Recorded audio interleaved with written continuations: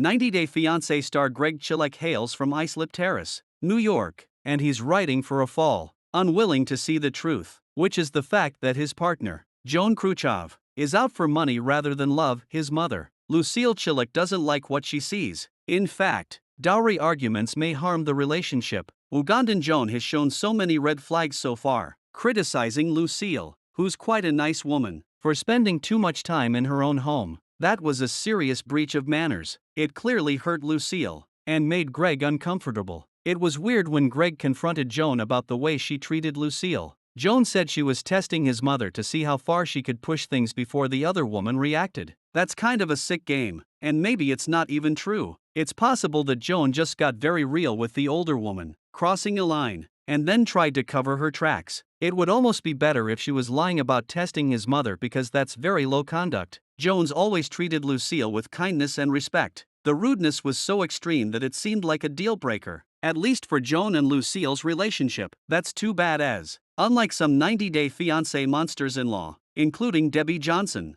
Lucille made an effort with Joan. Lucille complimented her on her work ethic in the home. She didn't just paint her as a gold digger, which, sadly, she might actually be. It's too soon to call, but Joan can be so harsh with her partner. She called Greg lazy, and Lucille, it just doesn't feel like she loves Greg, and she resents his mother. The dowry is $3,000. That's not a great deal of money, but it's enough to create stress for Greg, who reportedly scraped together $5,000 for their wedding. That's not a lot of cash to pay for a wedding in America. It seems like Lucille is the one paying for most things. In the season, he's been looking for work but hasn't found a job yet, although he had an interview. The dowry is a tricky issue. It's tradition in her native country. Paying a dowry is a way that a man proves to his fiancé's family that he has enough money to support her. That information was shared by Joan during a recent episode. She says that Greg must pay the dowry, he can't get out it and still marry her. Lucille, raised with a different set of traditions, obviously thinks that the dowry requirement is out of line.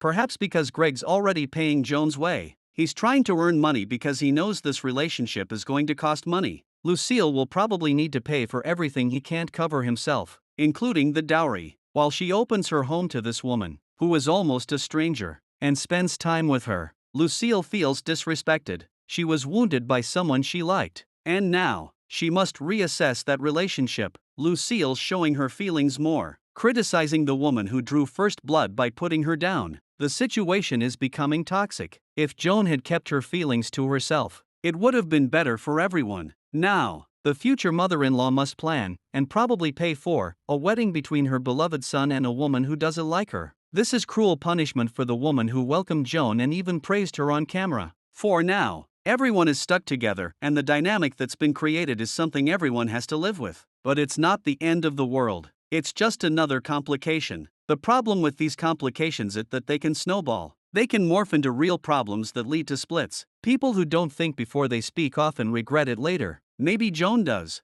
However, she seems a bit narcissistic, unwilling to recognize her shortcomings while pointing out everyone else's. Some might compare Debbie, Colt Johnson's mother, to Lucille. But really, if both women were treated more respectfully by their sons' partners, everything might have been different. Ultimately, like Colt and Larissa Lima's romance, Joan's relationship with Greg seemed destined to end. It's not just mother-in-law issues. Yes, the younger women being nicer might help, but there's the same nasty undercurrent in both romances, women who seem too mercenary, too cold, and too condescending. When one person asks the other to change right off the bat, it's just such a bad sign. It's only when two people appreciate one another that love can last. There needs to be a foundation of adoration. In July 2025, there are pregnancy rumors about the duo. As per the 90 Day Fiancé breaking news, with Joan, everything is so matter-of-fact. In her eyes, Greg needs to do this, and he needs to do that. To get love, he has to follow her rules. She thinks he's lazy, and he needs to give her money, and so on and so on. Maybe Joan does love Greg, but the way she expresses herself tells a different story. He seems like a means to an end, and although he's not so charismatic,